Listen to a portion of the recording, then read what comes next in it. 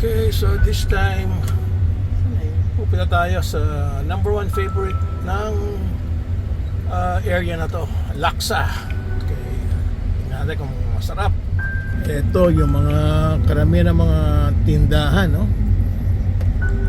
Papunta sa Laksa dito sa Penang, mga lumang buildings. Okay, mukhang nandito na si Grab driver. Alright, baba na kami. Ayan, tatawid na si Berna Baron. So, Laksa ang favorite dito. Ayan, Laksa. Parang ano to, parang palengke yata to, Berna. So, talagang very local ang dating dito. Siguro masarap. Ang dami kumakain ng Laksa. Aba, mga foreigners, local. Masarap nga siguro Laksa dito. Ayan na. Order ka na, Berna. Ang Laksa. Yung kinakamay niya, siguro nagugas ng kamayan. Ayun, ang sauce niya, kamay-kamay. Ayos. Siguro pag kinakamay na, mas malasa ang Laksa.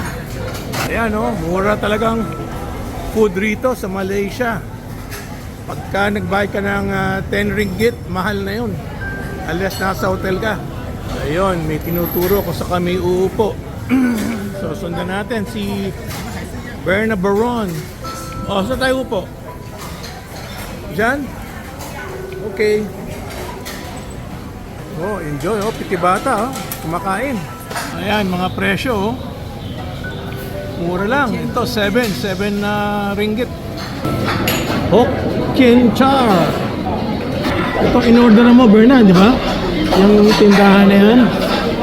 Dito yata kami kakain ng Laksa. Ito yata yung nagpiprepare, yan, buti naka-mask. Mukhang safe yan. Ayan naman ang soup. Ayan, siguro dumating na yung Laksa nila. May dessert din pala, may dessert din. Ayan, coconut for dessert. Yan, naghahanap ng upuan,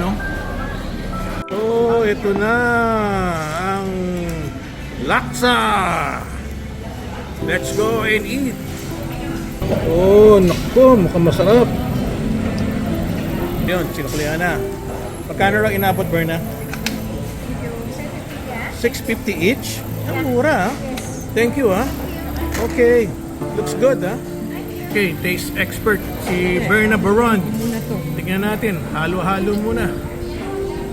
Naku, mas mahal pa yung papunta rito kaysa sa Laksa. Kailangan masarap yan. Sauce muna. Pag hindi masarap yung sauce, ibig sabihin nun, hindi ayos. Okay ba? Sige. Ako na.